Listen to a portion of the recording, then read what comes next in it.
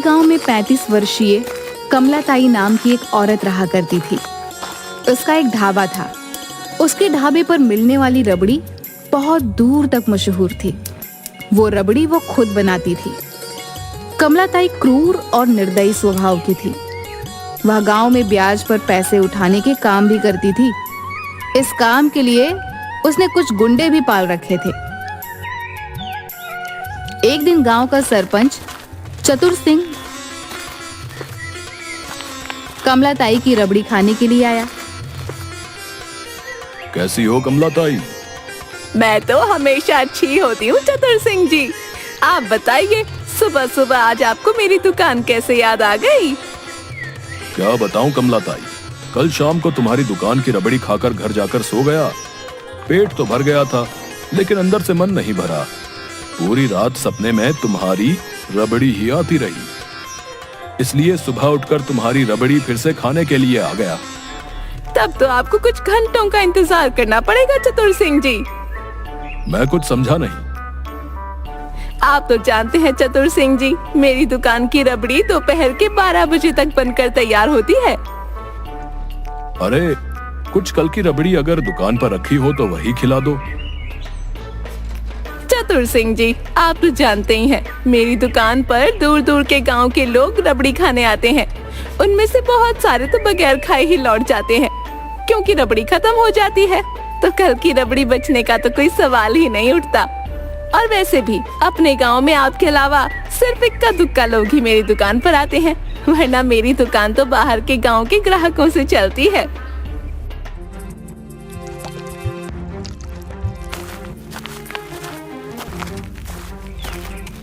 अरे मालकिन, अरे ये गांव वाले बेचारे आपकी रबड़ी कहां से खा लेंगे? मालकिन, इन बेचारों के ऊपर तो पहले से ही इतना कर्ज का बोझ है कि इन्हें तो एक वक्त की रोटी मिल जाए तो इनके लिए ये बहुत बड़ी बात है। तो कहना क्या चाहता है भैया? कुछ नहीं मालकिन, मैं तो बस ये कहना चाहता हूँ कि हमारे गांव में गरीबी बहुत ज्यादा है। मुझे बेवकूफ समझ रखा है तूने? मैं सब समझती हूँ। तू हंसी हंसी में मुझे ताने देता रहता है। अरे ढैया पर क्यों भड़क रही हो कमलाताई? वो बेचारा कुछ गलत थोड़ी ही ना बोल रहा है। हम सब जानते हैं कि पूरा गांव तुम्हारा कर्जदार है। उन बेचारों की जमीन जायदाद खेत सब तुम्हारे पास गिरवी रखे हैं, और वो बेचारे जीवन में ना कभी सूद सहित तुम्हारे पैसे लौटा पाएंगे और ना वो अपनी संपत्ति छुड़ा पाएंगे। क्योंकि अगर तुम किसी को 500 रुपए सूद पर देती हो तो अगले महीने उसका सूद ही 5000 हो जाता है। लेने वाला तो बेचारा वैसे ही मर जाएगा। अरे तो मैं क्या इन सब गांव वालों को घर घर जाकर जबरदस्ती कर्जा देती हूँ क्या? वो मेरी दुकान पर खुद आते हैं पैसे मांगने के लिए। पैसे देने से पहले मैं उन्हें सब बता देती हूँ कि मैं सूद और लोगों से थोड़ा ज्यादा लगाती हूँ। इसके बावजूद भी अगर वो नहीं मानते तो उसमें मैं क्या करूँ? और तुम तो इतने भोले बन रहे हो चतुर सिंह, जैसे कि तुम तो राजा हरिश्चंद्र की संतान हो। मुझे सब पता है शहर में तुम कौन सा काला कारोबार करते हो। अरे कमलाताई, तुम तो मेरी बात का बुरा मान गई। मैं तो बस तुमसे ये कहना चाहता हूँ कि अपने गांव के लोगों पर थोड़ा सा तरस खा लिया करो।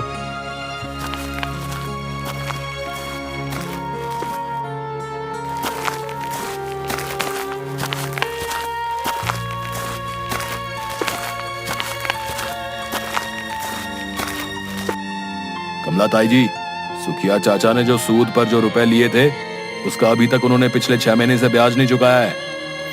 अरे पूरे 1 लाख रुपए लेकर गया था, जिसका ब्याज और असल मिलाकर पूरे 5 लाख रुपए है। जाओ जाकर पैसे लेकर आओ।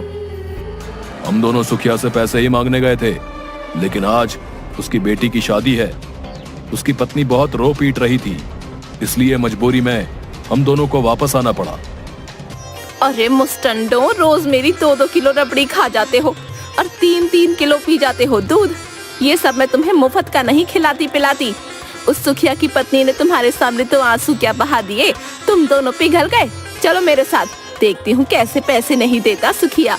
आज तो मैं उससे अपनी पूरी रकम वसूल करके ही लौटूंगी।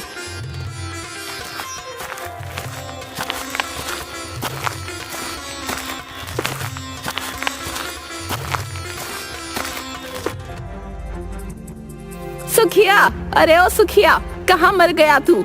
अरे कहाँ मुंह छुपाए बैठा है? हिम्मत है तो यहाँ आकर कमला ताई का सामना कर।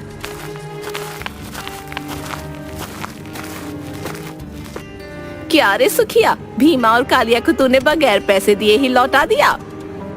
कमला ताई जी, आज मेरी बेटी की शादी है। मुझे थोड़ी मोहलत और दे दीजिए, मैं आपके सारे पैसे सूद समेत वापस कर दूंगा।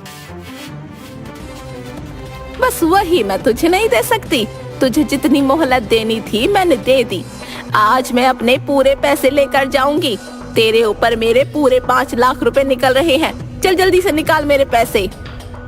क्या 5 लाख रुपए? लेकिन आपने तो कहा था कि मेरे ऊपर सिर्फ 2 लाख रुपए निकल रहे हैं।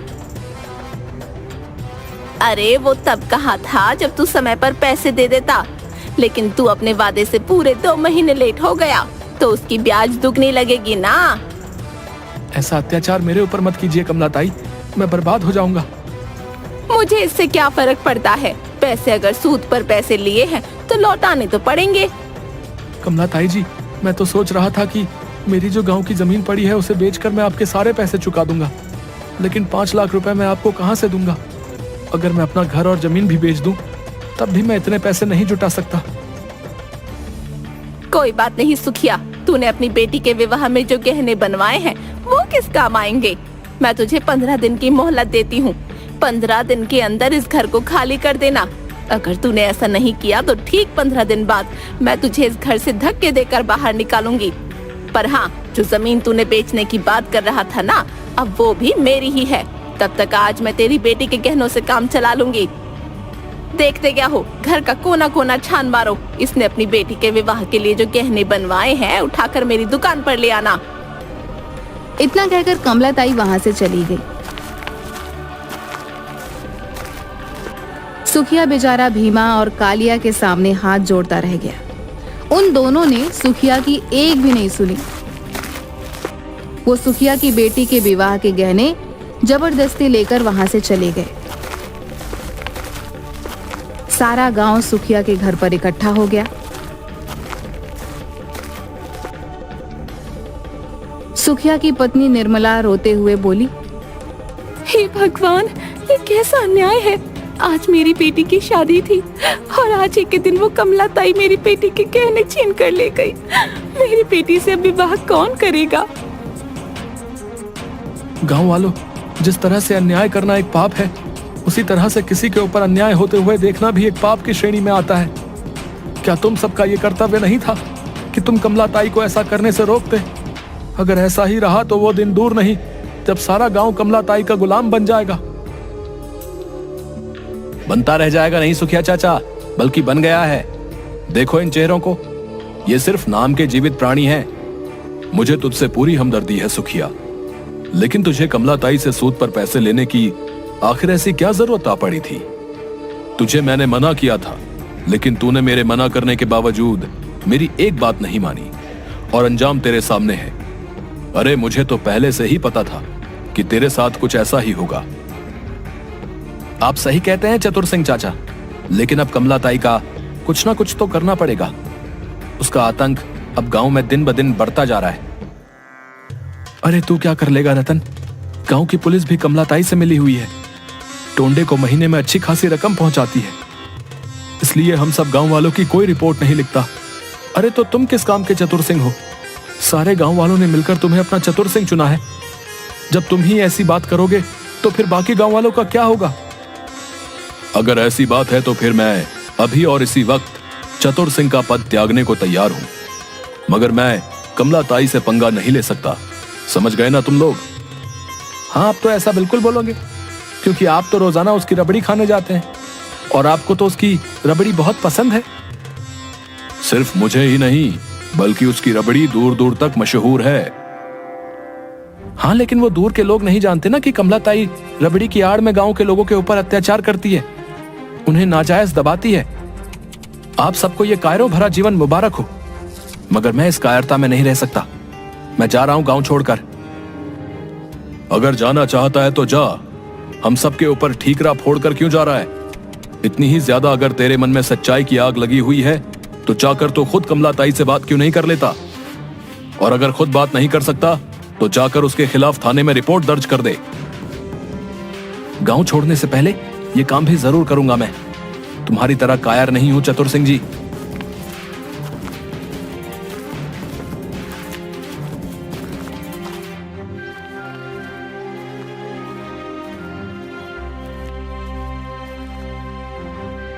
मुझे कमलाताई रबड़ी वाली के खिलाफ रिपोर्ट दर्ज करवानी है टोंडे साहब।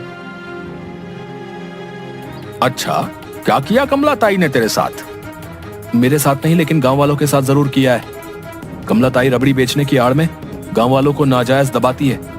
उन्हें कम पैसे कर्ज पर देकर बहुत भारी ब्याज वसूलती है और ब्याज न दे पाने की सूरत में उनके मकान और उनकी जमीन पर कब्जा कर लेती है।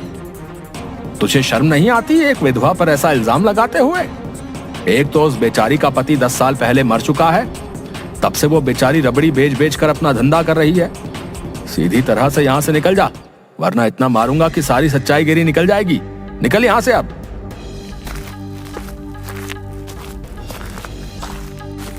रतन समझ गया कि टोंडे कमलाताई रबड़ी वाली से मिला हुआ है। वह चुपचाप गांव की सीमा से बाहर निकल गया।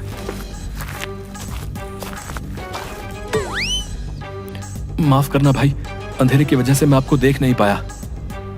कोई बात नहीं, वैसे तुम काफी चिंतित नजर आ रहे हो। सब कुछ ठीक तो है ना? मैं गांव छोड़कर जा रहा हूं। गांव छोड़कर जा रहे हो? लेकिन क्यों? अब तुम्हें क्या बताऊं, तुम तो वैसे भी परदेसी गांव के लगते हो। तुम मुझे गांव की हर बात बता सकते हो रतन। तुम मेरा नाम कैसे जानते हो? मैं तुम्हें भी जानता हूं और तुम्हारे माता पिता को भी जानता हूं। ये बात अलग है कि जब मैंने तुम्हें आखिरी बार देखा था तब तुम 15 साल के थे, लेकिन आज तुम 25 साल के गबरू जवान हो चुके हो। मुझे आपकी आवाज पहली बार जानी पहचानी महसूस तो हुई थी। अब कौन है आप? वो सब छोड़ो, ये बताओ कि तुम गांव छोड़कर क्यों जाना चाहते हो? गांव में सब कुछ ठीक तो है ना?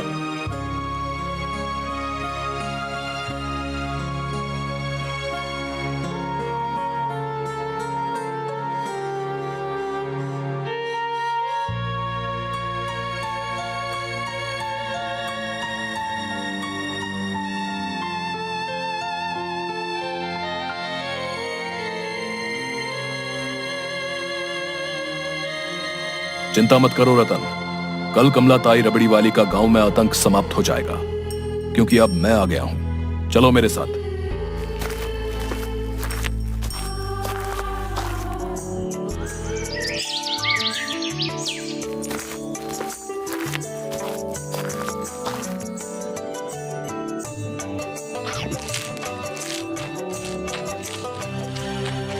ये व्यक्ति इस गांव का तो नहीं लगता, लेकिन फिर भी पता नहीं क्यों इसकी शक्ल काफी जानी पहचानी महसूस होती है। अरे क्या खाक जानी पहचानी महसूस होती है? पूरे 2 किलो रबड़ी खा चुका है अब तक। लेकिन आपने एक बात पर गौर नहीं किया, ये व्यक्ति जब से यहाँ पर बैठा है तब से तो बाहर ग्राहकों की भीड़ और ज्यादा लगी हुई है। तो तू कहना क्या चाहता है? इस व्यक्ति के शुभ कदम से मेरे दुकान पर ग्राहकों की भीड़ लगी हुई है। अरे इसके जैसे पता नहीं कितने आते हैं कितने जाते हैं। इसकी शक्ल तो देख, कितना गंदा मालूम होता है। ऐसा लगता है इसने बरसों से अपनी दाढ़ी और बाल नहीं कटवाए। मुझे तो सोच सोच कर घबराहट हो रही है। पता नहीं इसके पास पैसे भी होंगे या नहीं। सही कह रही हो कमलाताई। वैसे अगर इसके पास पैसे नहीं निकले तो आप क्या करेंगी? मैं कुछ समझा नहीं। कमलाताई ने तो बताया था कि 10 साल पहले रात के वक्त तुम्हारा ट्रेन से पैर फिसल जाने की वजह से देहांत हो गया, और हम सब गांव वालों ने उसकी बात पर यकीन कर लिया। झूठ बोलती है कमलाताई। सच तो यह है कि ट्रेन में इसने मुझे धक्का दिया था, क्योंकि मेरी सारी जायदाद पर कब्जा करना चाहती थी। मुझसे पहले न जाने ये कितने लोगों को धोखा दे चुकी थी, लेकिन मुझे ट्रेन से धक्का देकर फिर ये इसी गांव में ही रहने लगी और इसने अपना धंधा बदल लिया। मेरे पैसों का गलत इस्तेमाल किया है कमलाताई ने। मेरी मेहनत की कमाई गांव वालों को कर्जे के रूप में देकर उनसे उनका सब कुछ छीन लेना। आजकल यही धंधा अपना रखा है इस कमलाताई ने।